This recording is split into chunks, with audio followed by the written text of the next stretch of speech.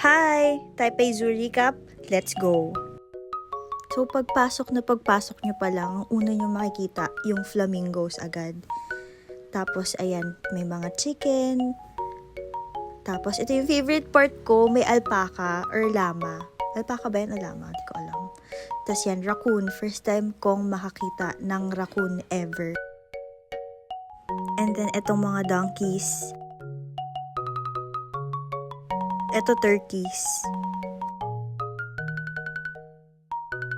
Ito first time ko ding makakita, mga meerkat. Nakikita ko lang sila sa National Geographic. Meron dito. Ang cute-cute. Ayan sila.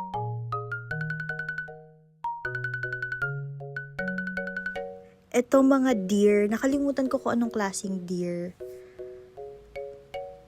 Ito nagtatago. Lynx. Ayan. Kita niyo ba siya? Para siyang cat. Ito ang cute din. Sun bear. Para siyang cute niya. Tapos hindi nyo kita pero otter yan. Ito naman mga monkeys or baboon sila. So, ito may butterfly house sila. Tapos ang dami dyan iba't ibang klase yung butterfly. Bugs. May panda house din pero medyo disappointed ako kasi pagpunta namin tulog lang sila. Tapos ito yung tinatawag na pangolin dome. Ayan, sobrang ganda niya. Tapos may mga free roaming birds lang. Tapos sa baba naman may mga tortoise. So parang iikot kayo dun eh. Ito ay isang tukan. Tapos yung ibang birds dito, hindi ko sila alam. Pero ayan nga, pakalat-kalat lang sila dyan. Hindi naman sila nang-aatake ng tao. Ito yung tortoise. Nandun sila sa baba. Tapos parang may Manila Ocean Park. Manila Ocean Park, parang aquarium siya, aquarium style. Tapos yan, ang daming mga fish talaga sa loob. Tapos malalim siya. As a free diver, parang ang iniisip ko talaga nung nandyan ako ay, ano kaya ang feeling kapag nag-dive kasama yung mga fishes dyan? Kasi sobrang dami oh. Ang sarap siguro mag-dive. Ito sobrang laki niyan. As in, pinakamalaki yan. Ayan oh, yung brown na yan. Ayan, tamang tingin lang. Fascinated talaga ako dyan kasi ang dami talagang fish. Gusto ko talagang mag-dive kasama nila. Ano kayang feeling? Siguro ang sarap. Ito may bird ulit. Ito yung mga frogs naman. Ayan, so cute. Malit na frog. Ito Malayan tapir. First time ko din makakita nun. Ito nakalimutan ko kung anong pangalan niya. Pero yan siya. Jaguar. First time ko din makakita ng jaguar talaga. Kaso mailap siya, di siya lumalapit eh. Elephants.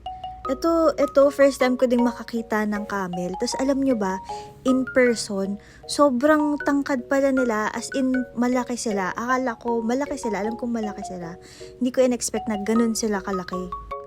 Yan, balik tayo sa bird. Ito ay emu, yung nasa left side. Tapos, itong black naman ay kosawari. Yung parang nasa Jurassic Park. Yan yung feels. Tapos, ito emu, yan yung brown.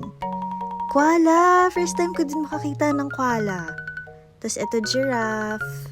Ang cute. Maliit lang siya na giraffe. May mga mas malaki pa. Zebra. Ito, capybara. Grabe. Chill lang siya. Ganyan lang siya talaga. Parang di siya nagalaw. Ito mga sea otters. May makikita kayo in 3, 2, 1. Go. Ay, wala. Ayan. Tapos magsiswim ulit siya. Ayan. Tapos, ang suggestion ko ay, sumakay na kayo nung train papunta dun sa pinakalikod ng zoo kasi sobrang lawak niya. So, yun kung babalik kami ulit doon, siguro sasakay na kami ng train papunta dun sa likod. Tapos, maglalakad na lang kami papunta sa harap. Kasi, sa sobrang laki ng zoo, hindi namin naikot lahat kahit na ang aga namin pumunta. So, yun yung tip ko sa inyo. Balik tayo sa mga frog. So, nakikita nyo ba kung nasan yung frog dyan? Yan siya, nakadikit siya sa wall. First time ko din makakita nito, axolotl. Cute pala nila, mukha silang cream dory. Tapos itong snake na to, lumapit siya sa akin, oh. Sabi niya siguro ang cute ko. Ito wolf, hindi ko na videohan yung umpisa. Ano ba yan?